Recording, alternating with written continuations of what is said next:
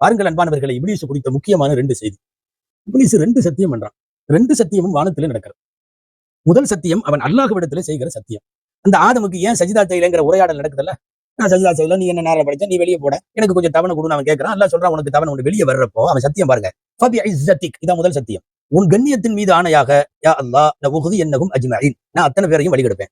இல்லா இபாதக மின்ஹுமுல் முக்லஸீன், உன்னுடைய களப்பற்ற கொஞ்சம் அடியார்களை தவிர மெஜாரிட்டியை பூரா வழிகெடுத்துருவேன். இந்த லஉஹ்தியன்னஹும், நான் வழிகெடுப்பேன். அந்த உஹ்தியன்னஹும்ங்கிற வார்த்தைக்கு என்ன தஃப்சீர்னு பார்த்தா, தஃப்சீர்கள்ல இந்த வார்த்தை எழுதுறாங்க, லஉஸய்யினன்ன லஹும் ஷஹவாத்திஹிம், மனோ இச்சையை பூரா, பாவத்தை பூரா நான் அழகாக்கி காட்டுவேன். இது ஒண்ணு.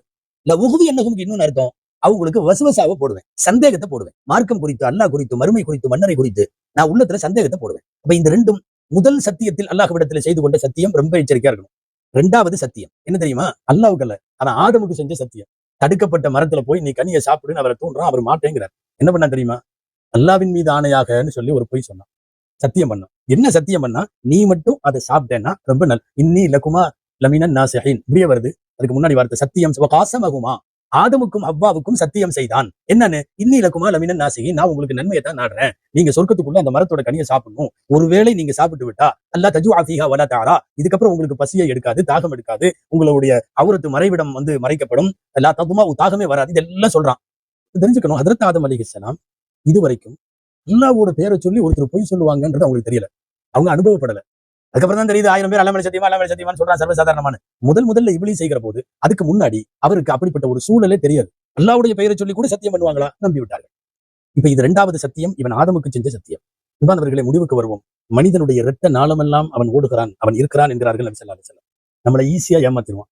என்ன காரணம் தெரியுமா? நாம அவனை பார்க்க முடியறது இல்ல, அவன் நம்மளை பார்க்கிறான். இன்னஹு யராக்கும் ஹுவ வ கபீலுஹு மின் ஹைது லா தரவுனஹு, அவனும் அவன் கோத்திரமெல்லாம் உங்களை பார்க்கிறது, எடுக்கிற எல்லாம் பார்க்கிறார்கள், நாம அவங்கள பார்க்கறது இல்லை. கடைசியாய் ஒரே ஒரு செய்தி.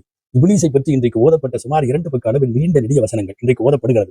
அதுல கடைசியா ஒரு முக்கியமான விஷயம் என்ன தெரியுமா? அல்லாஹ் நம்மை கூப்பிட்டு சொல்லுகிறான், ஆதமுடைய மக்களே, லா யஃப்தினன்னகும், அவன் உங்களை கெடுத்துற வேண்டாம், உங்களை ஃபித்னாவில் ஆழ்த்தி விட வேண்டாம். என்ன? கமா அஹ்ரஜ அபவைக்கும் மினல் ஜன்னதி, சொர்க்கத்திலிருந்து அம்மா அத்தாவை வெளியே கொண்டு வந்தது அவன் தான், பெற்றோரை.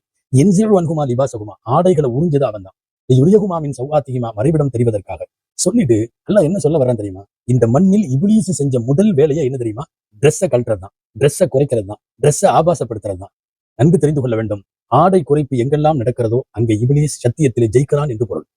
ஆடை எங்கெல்லாம் ஒழுங்காக மூடப்படுகிறதோ, பேணப்படுகிறதோ, அங்கெல்லாம் சைத்தான் இப்லீஸ் தோற்று போகிறான் என்று பொருள். இப்லீஸினுடைய சத்தியம் ஜெயித்து விடக் கூடாது. அல்லாஹ் சொன்னது போல நிரந்தர விரோதியாக இருக்கிற அவனிடத்தில் விரோதம் பாராட்டியே வாழுவோம். அல்லாஹு தஆலா சைத்தான்கள் இப்லீஸ்களுடைய எல்லாவித தீங்கில இருந்தும் அல்லாஹ் நம்மை பாதுகாப்பானாக. ஆமீன். வ ஆகிரு தஅவானா அல்ஹம்துலில்லாஹி ரப்பில் ஆலமீன். அஸ்ஸலாமு அலைக்கும் வரஹ்மத்துல்லாஹி வபரகாத்துஹு.